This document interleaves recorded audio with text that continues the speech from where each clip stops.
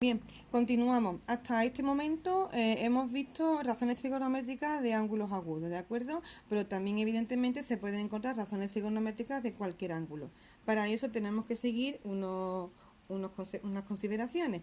Nos vamos a basar en la circunferencia goniométrica. Es una circunferencia especial, una circunferencia que tiene radio 1 y que su centro es el origen de coordenadas, ¿de acuerdo?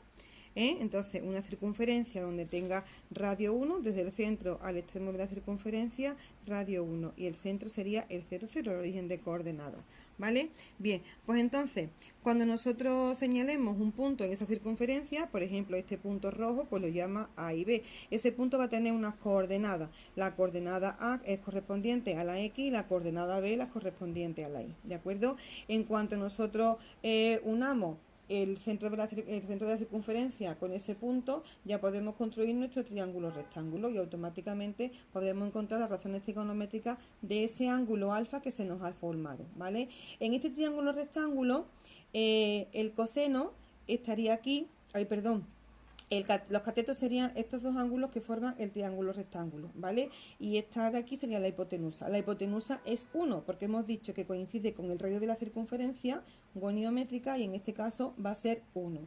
Ahora, me fijo en este ángulo agudo alfa. ¿Cuál sería su seno? Pues el seno de alfa sería el cateto opuesto entre la hipotenusa. ¿Cuál es el cateto opuesto? Este lado de aquí. ¿Y este qué lado es? Pues esto representaría la coordenada de la I, que sería el punto, lo que vale B. Pues sería B, cateto opuesto, entre 1, que sería la hipotenusa, porque es el radio de la circunferencia, que sería 1. Luego el seno de alfa sería B.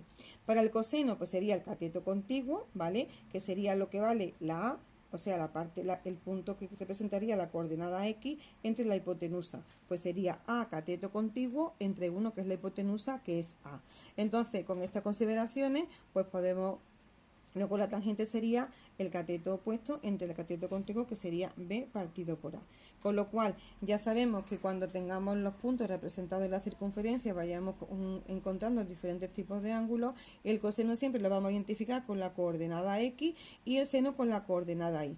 Con lo cual, dependiendo de que el ángulo esté en el primer cuadrante, en el segundo cuadrante, en el tercero o en el cuarto, el signo de esos senos y cosenos podrá variar.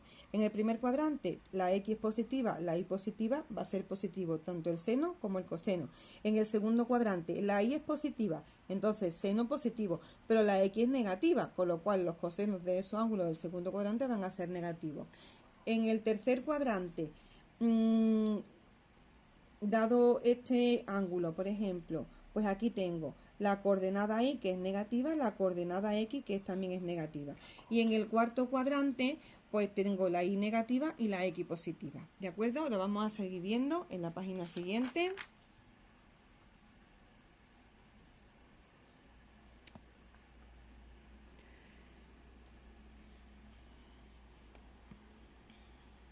¿Vale?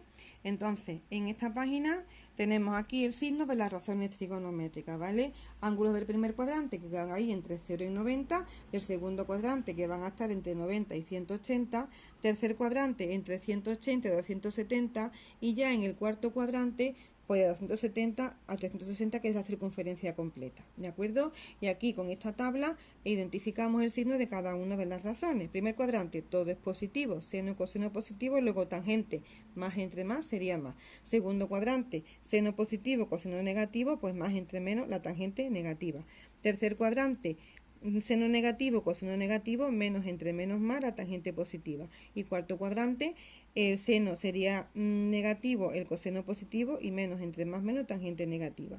Y en esta tabla, pues para recordar las razones trigonométricas de esos ángulos que son los que más frecuentemente se van a usar, ¿eh? Estamos viendo que hay casos particulares como el ángulo de 0 grados que coincide con el eje X, luego solamente hay coseno porque nada más que había componente X. En el ángulo de 90 grados solamente hay seno. ¿Por qué? Pues porque solamente hay componente Y, ¿vale? Coincide con la parte positiva del eje Y. En consecuencia, tangente no hay, porque seno entre coseno no se podría dividir. No podemos dividir nada entre 0. En el de 180 solo hay coseno, pero como está en el segundo cuadrante sería negativo. Y en el 270 solamente hay seno, pero como está en el lado negativo de la Y también sería negativo, ¿vale? Vamos a ver ahora cómo se pueden calcular razones trigonométricas de diferentes ángulos que se encuentran en cualquier cuadrante, ¿vale? Por ejemplo, en nuestra página siguiente, en la página 143, en el saber hacer. Tenemos aquí las razones trigonométricas de los siguientes ángulos: 135, 240 y 330. Pues tenemos primero que saber en qué cuadrante está. 135 está en el segundo cuadrante. En este segundo cuadrante me tiene que salir el seno positivo, ¿eh? Para representar los ángulos siempre vamos a ir desde 0 en sentido contrario a la aguja del reloj. Luego desde 0, pasando 90, nos pararíamos aquí, ¿vale? En consecuencia, en este ángulo, el seno, que es el correspondiente a la coordenada y es positivo, mientras que el coseno, que es correspondiente a la coordenada x, va a ser negativo porque está en el segundo cuadrante. ¿Cómo calculamos esas razones trigonométricas? Pues los ángulos que estén en el segundo cuadrante le aplicamos esta operación matemática. A 180, que donde acaba el segundo cuadrante, le quito el ángulo que me da mi ejercicio. ¿Qué ángulo me da mi ejercicio? Pues mi ejercicio me está dando el ángulo de 135. Si yo a 180 le quito 135, a 180 le quitamos 135, nos sale efectivamente un ángulo de 45 grados. Pues, ¿qué significa eso? Que las razones trigonométricas de 135 son exactamente iguales que las de 45. Solamente va a cambiar el signo del coseno, porque 45 está en el primer cuadrante, pero 135 está en el segundo. En consecuencia, la x es negativa, que como es la que corresponde al coseno, en 135 tendremos que el coseno no es raíz de 2 partido por 2, sino menos raíz de 2 partido por 2. Eso cuando el ángulo esté en el segundo cuadrante. Si el ángulo está en el tercero, como ocurre en este, que son 240, pues la operación matemática es el ángulo que me da, le quito 180. Si yo a 240 le quito 180, pues me salen 60. ¿Eso qué significa? Que las razones trigonométricas de 240 son exactamente iguales que las de 60. ¿Con qué variación? Con la que en 240, que está en el tercer cuadrante, tanto la x como la y son negativas, pues serán de signo negativo. En el 60 son positivas porque están en el primer cuadrante. Y ya si el ángulo está en el tercer cuadrante, como en el cuarto cuadrante, como ocurre en este 330, pues entonces la operación matemática que vamos a hacer es quitarle a 360 el ángulo que me da. Y 360 menos 330, pues me sale un ángulo de 30 grados. ¿Qué significa eso? Que las razones trigonométricas del ángulo de 330, en que casi da la vuelta entera a la circunferencia, son iguales que las de 30.